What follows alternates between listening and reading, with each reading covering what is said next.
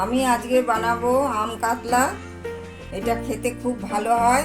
এই গরমের সময় এরকম মাছ খেতে খুব ভালো লাগে।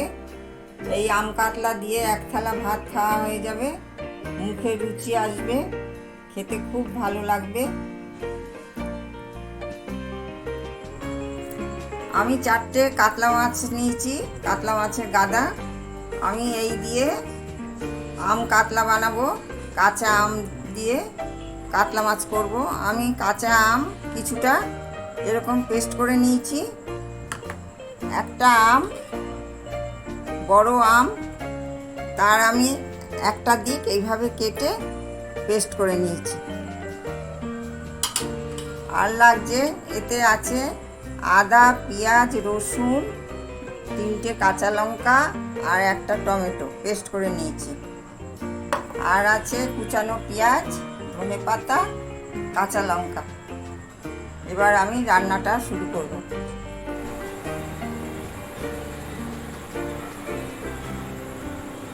আমি একটা কড়া বসিয়ে দিয়েছি। আমি সর্ষের তেলে মাছটা ভেজে নেব। এই রান্নাটা পুরোটাই আমি সর্ষের তেলে করব।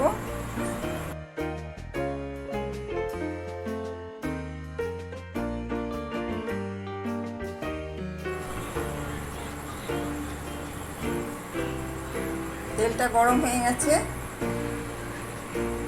এবার আমি মাছগুলো দিয়ে দিচ্ছি।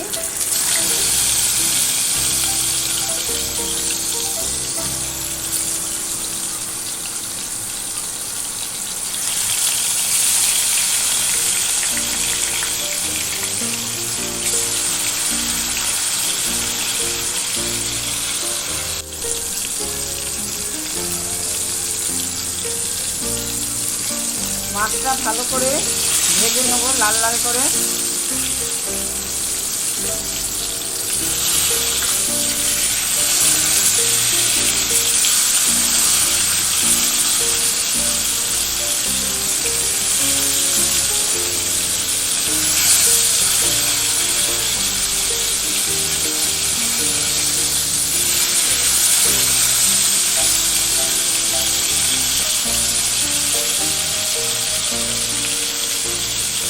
মাছটা ভাজা হয়ে গেছে, এবার তুলে নেব।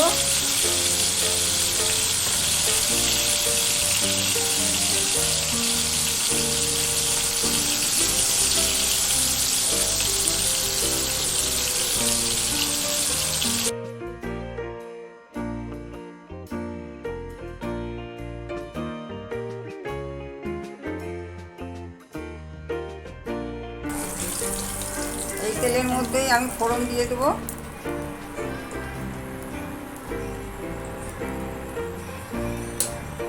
দুটো দারচিনি, 2টো এলাচ, 2টো লবঙ্গ, একটা তেজপাতা ছিঁড়ে দিলাম, একটা শুকনো লঙ্কা ফাটিয়ে দিয়েছি, আর আমি একটা পেঁয়াজ কুচি করে রেখেছিলাম ছোটো ছোটো করে, পেঁয়াজটা দিয়ে দিলাম।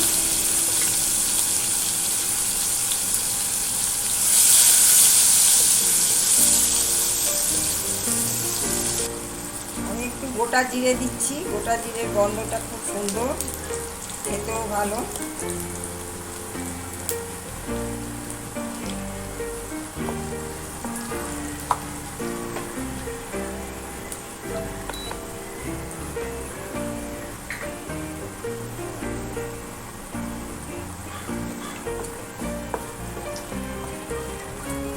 জিরে আর পেঁয়াজটা ভাজা হয়ে গেছে।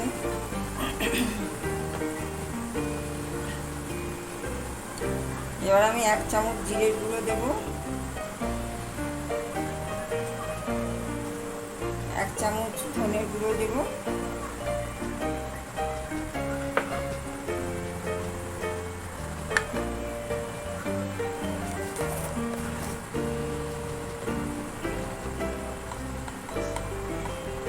আর 1/2 চামচ শুকনো লঙ্কার গুঁড়ো দিলাম।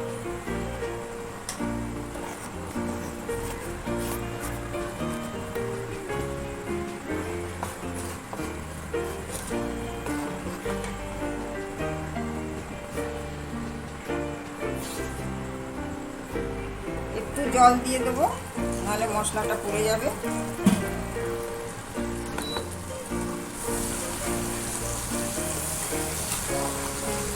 এবার বাড়িয়ে দিলাম একটু।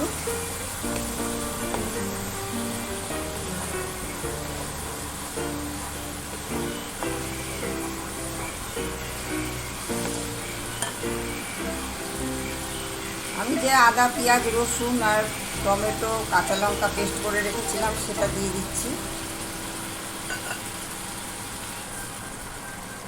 দিয়ে ভালো করে ভেজে নেব।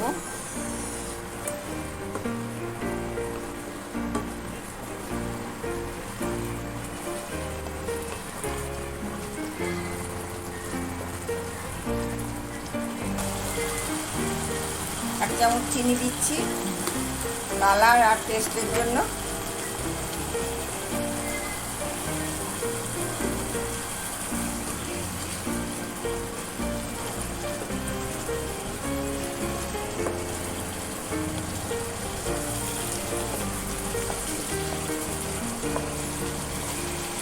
এবার আমি যে আমটা পেস্ট করে রেখেছিলাম সেই আমটা দিয়ে দেবো।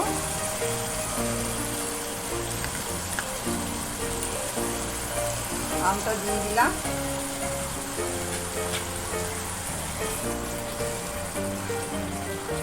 টেবিল চামচের 2 চামচ।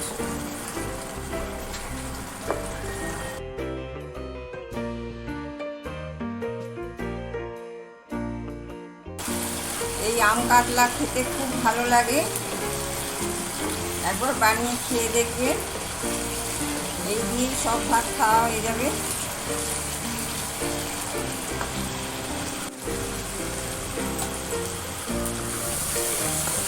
মশলাটা ভালো করে ভাজা হয়ে গেছে, তেল ছাড়ছে। এবার আমি জল দিয়ে দেবো।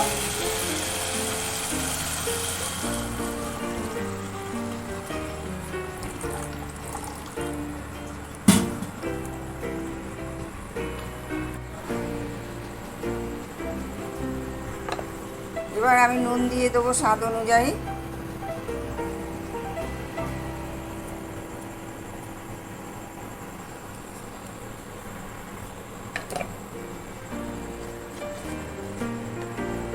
ঝোলটা ফুটে উঠলে আমি মাছটা দিয়ে দেবো। ঝোলটা ফুটে উঠেছে, এবার আমি মাছ দিয়ে দিচ্ছি।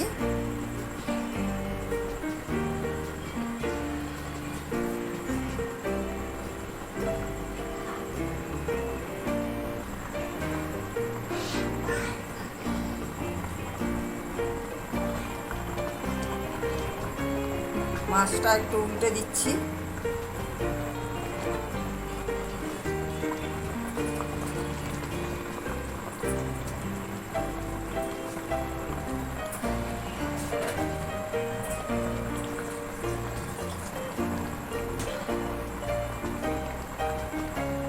আমি 3টে লঙ্কা দিয়ে দিচ্ছি, কাঁচা লঙ্কা পাকা।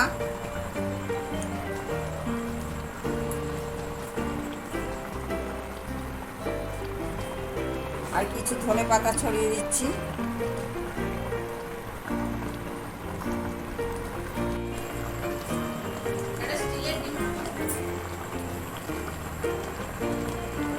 মাছটা হয়ে গেছে, এবার আমি একটু গরম মশলা দেব।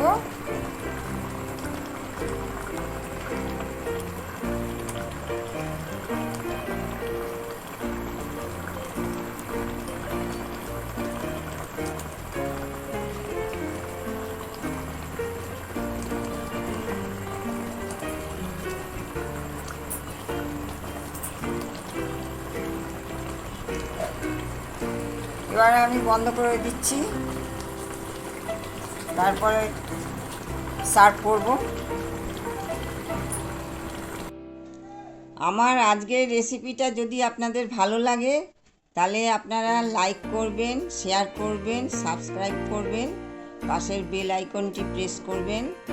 এরপরে আমি আবার নতুন রেসিপি নিয়ে আসব, আপনাদের সবার সঙ্গে দেখা হবে।